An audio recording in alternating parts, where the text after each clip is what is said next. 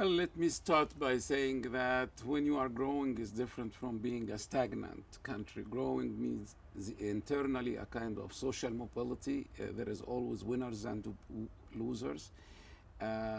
Change in the social classes takes place, and your emphasis in foreign policy starts gradually to change.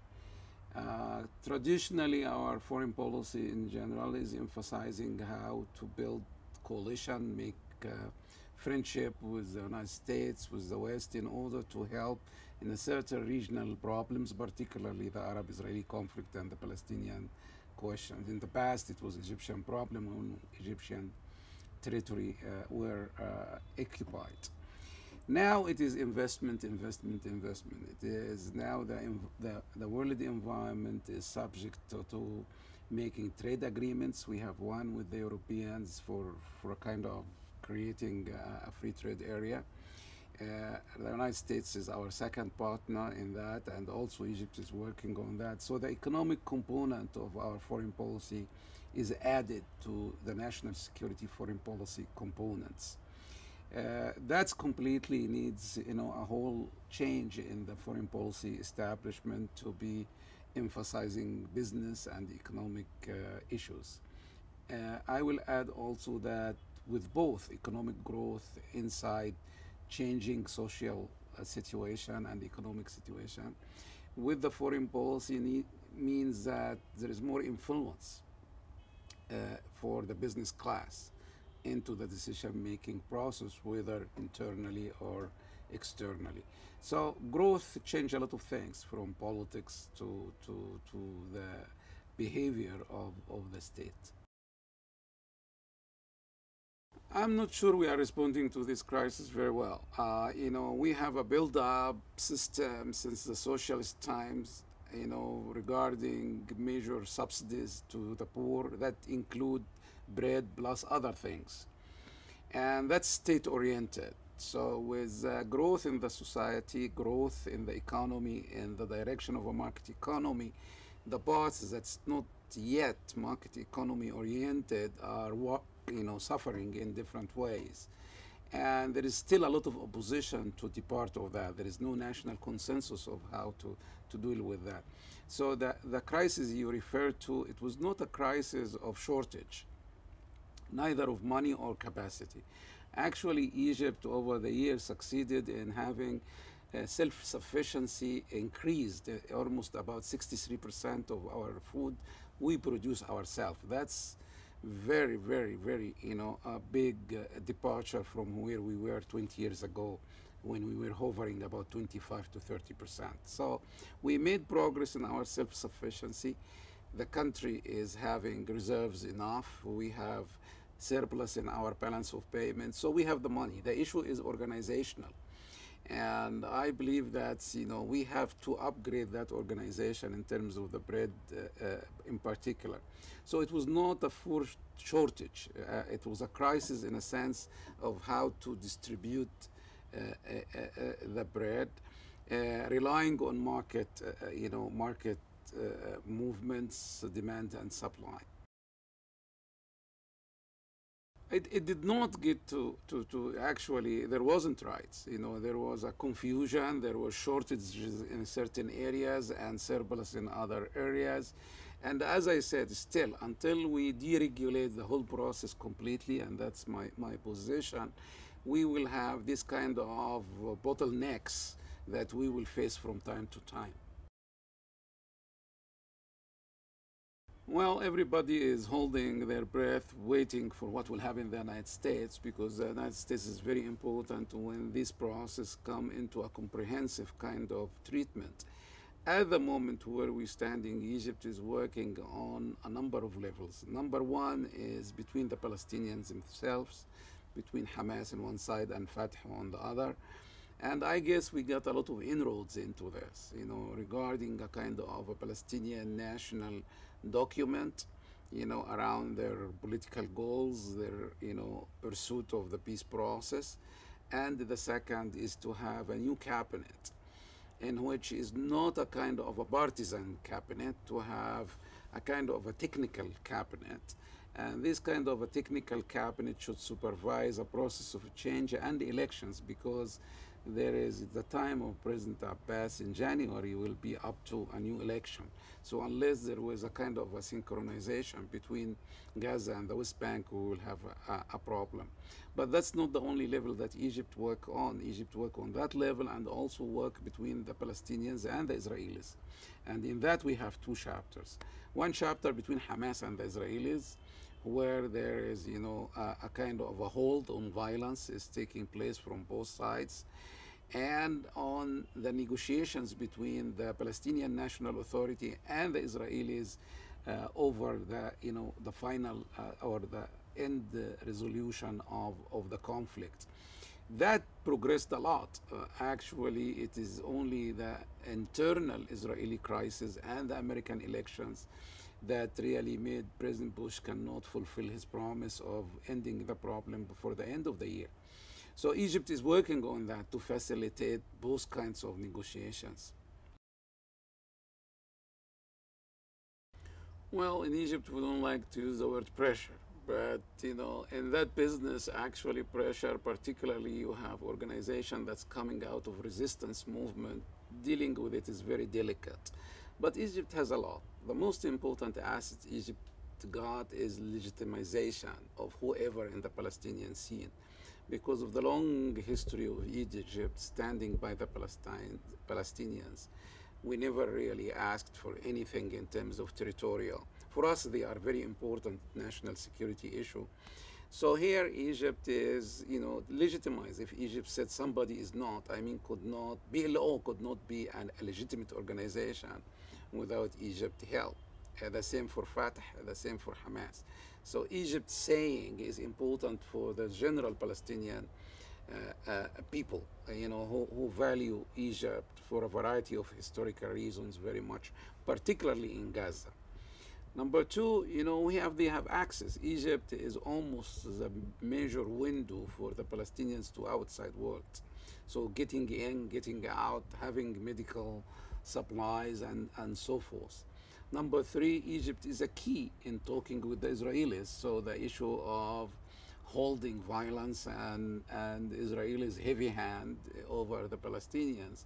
Egypt, because of peace with Israel, we have a lot of exchanges with them, and we interfere when it's necessary to help the Palestinians. And usually the Israelis cooperate in many of these events. Supplies is coming out of Egypt. The access to pilgrimage is happening through Egypt. Flying and they use the El Arish airport and also El Arish port. So there is a lot of access to the Palestinians through Egypt that give us an attempt or an ability to persuade them to do things. And so there is, of course, Hamas is keen on that. So they are listening, and they are listening carefully.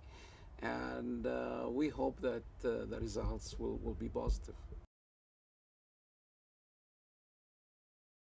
Personally, I don't think so. I know in the media they look who will get first, who will get the snapshot in a media occasion or something. But I think these efforts are complementing each other. Egypt is working in a completely different level. Saudi Arabia does not talk to the Israelis. The Jordanians does, but the Jordanians does in a more affinity with the West Bank, but not Gaza. Gaza is not close. Also, with all due respect to Jordan, but also Jordan doesn't have the same leverage that Egypt has with Israel, nor with the United States, which is a very important partner into that process. So, well, it's a very complicated conflict, and it really needs all the help. The Saudis got their own way. Their major asset is money. Their major asset is also having the Islamic holy places. So it is in relationship to Jerusalem is very important. Qatar and other Gulf countries, particularly Qatar, who get into that process, add a sense of selfless kind of a party who want to help. They won't gain anything that's political or otherwise. So here you have a beast called the Arab-Israeli conflict, and to tame the beast, you need a lot of efforts. And at one time, it was only Egypt, and I guess Egypt should be proud that now a lot of parties are following suit. Well, Egypt's major interest is the stability of the Middle East, stability against all kinds of radicalism, all kinds of coup d'etats, revolution, things that really led the region in the past 5, 6 decades to a lot of turmoil.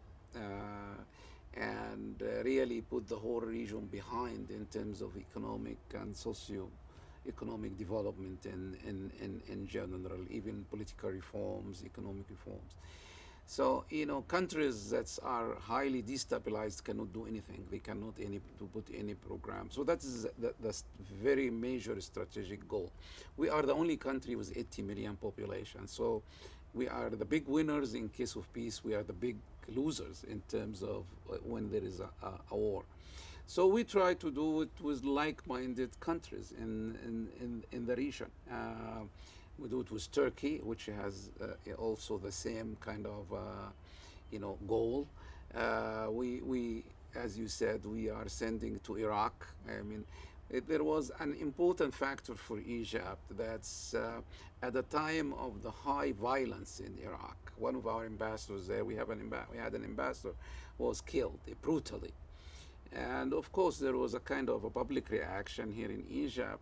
But also, we realized that something seriously is going wrong in Iraq. That's why we put it into hold until we have the surge and was security situation improved. More important that Egypt really has an opinion regarding the American presence over there.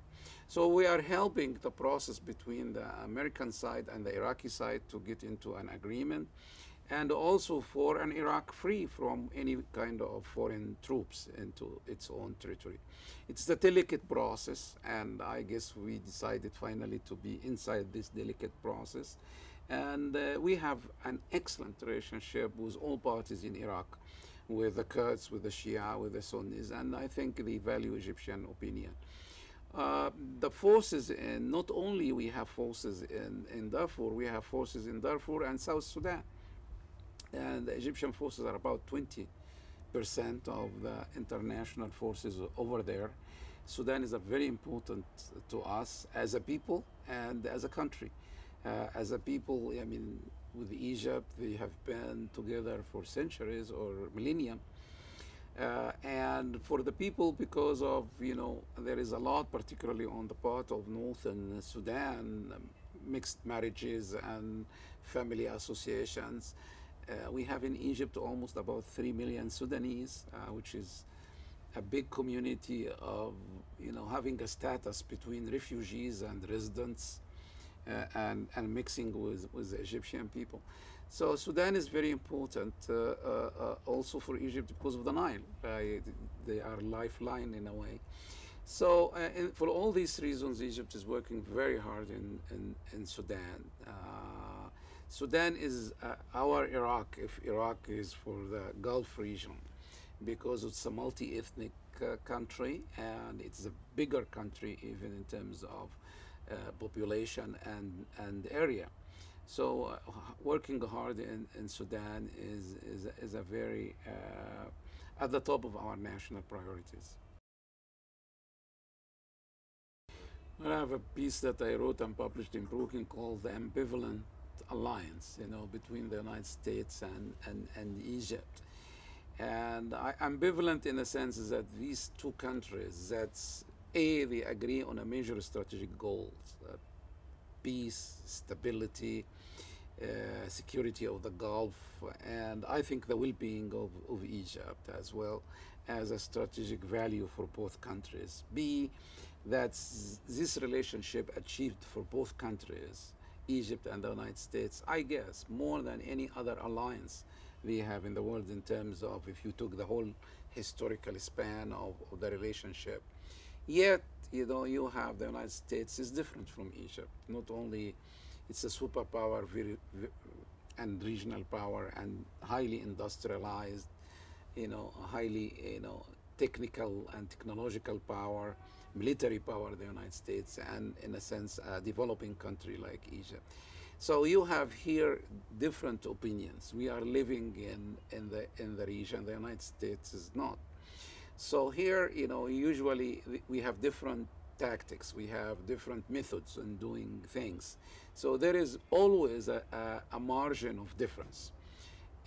Usually it is dependent on the kind of American administration and how to deal with that margin of a difference that will happen all the time. Part of the difference is dealing with the issue of democratization, which came later as a reason for American invasion of Iraq and the administration of George Bush. And actually was, the idea that the Muslim Brothers will win in Hamas in Palestine or in Egypt, even that they got 88 seats in parliament, about 20% of the parliament. Actually, that's not the only reason. That's also one of the things the most obvious. However, I don't know of any country can be seriously democratic until they will do it in their own. I mean, all what Egyptians tell Americans, watch the American experience. You guys made an American democratic revolution, but, until today, there is an idea if Obama will win or not, because of his color, the slavery that continued for a long period of time, the civil rights movement, that has to struggle for too long in order to get some ordinary rights that was given in Egypt long time ago, getting into school for minorities or whatever. So here, each country is struggling with itself, with its own shortcomings. It does not just happen because, you bring some money to some civil society organization. Plus, Egypt in itself is changing. I mean, changing in terms of civil society, in terms of media, in terms of the nature of the political system. Don't take me wrong, I can't tell you that Egypt is a democratic country, but I guess Egypt is a democratizing country. And Egypt is doing it in its own, it's struggling with itself, struggling with its political culture that was central for thousands of years. So there is a complex process here, and you can do it just by a kind of a doctor's prescription made by some brilliant guys in the State Department or other places.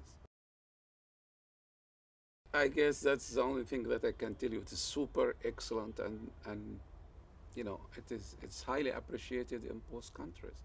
I mean, whether you talk in the Egyptian Ministry of Defense or within the Pentagon people, the cooperation here is going to the best. Even when we differ on the invasion of Iraq, which we said it to the United States, Egypt respected all its commitments to the United States, whether in flights or other facilities that Egypt contributes to American Air Force. We continue to object to that, I guess, firmly. But in the same time, we respected our commitments regarding the United States.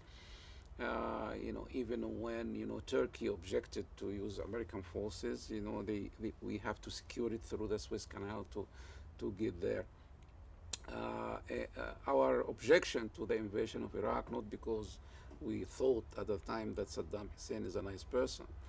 To the contrary, we know him very well that he is not a nice person, but we objected to the idea of invasion, that it will have, a lot of repercussions. We were not sure that the United States really, calculated all the post-invasion period. The expectations coming from the United States, we thought, and we were right on that, was totally wrong on how the situation will be in the ground. And now, anyway, like all friends and allies are, despite differences, we are now working hard to legitimize the government in Iraq, make it stronger, make it capable of keeping the country, because that's one of the ethos of Egyptian foreign policy, is to be against the fragmentation of any country. The fragmentation of any country is much, much worse than, the situation when you have a country that's unified, even if there is something wrong in it. A fragmentation of Iraq will have repercussions on Iran, on Turkey, on Syria, on the Gulf region. Will really get out the worst elements and historical, animosities to the fore. So we are now working together on Iraq as well. Number one, it would be better than it was in the last 7, 8 years because American-Egyptian relations were at its low ebb during that period, particularly, in the first term and part of the second term of President Bush administration. So I guess anybody would come to the White House will be the situation much, much better. Second, I guess it will be better for another reason also, that the new president will realize that some of the mistakes of the Bush administration is its neglect of the Middle East. The lesson that, unless you come after the Middle East will come after you, and you will pay for it dearly. So that's an important. I think also there is a realization that, when the relationship between Egypt and the United States is less than very warm or warm, usually the two countries really pay for that, and it's better to continue to have a face-to-face contact on the presidential level, and also a face-to-face interaction between the political elites in both countries. Well, I guess we have a good foundations for the relationship in a variety of reasons. We have almost 40 years now of interaction, 30 years of serious cooperation. So just to revive these foundations once more. An important foundation always is a presidential relationship between the presidents, whoever in the White House and whoever here in Egypt. Second, and I guess that we have a mechanism for strategic understanding between the two countries, and I guess that's to be revived. And the third one, which I guess very important, that we have to give serious consideration to the geoeconomics of the relationship more than the geopolitics. I mean, mainly the relationship was based on security of the Gulf, the Arab-Israeli conflict, Sudan, whatever.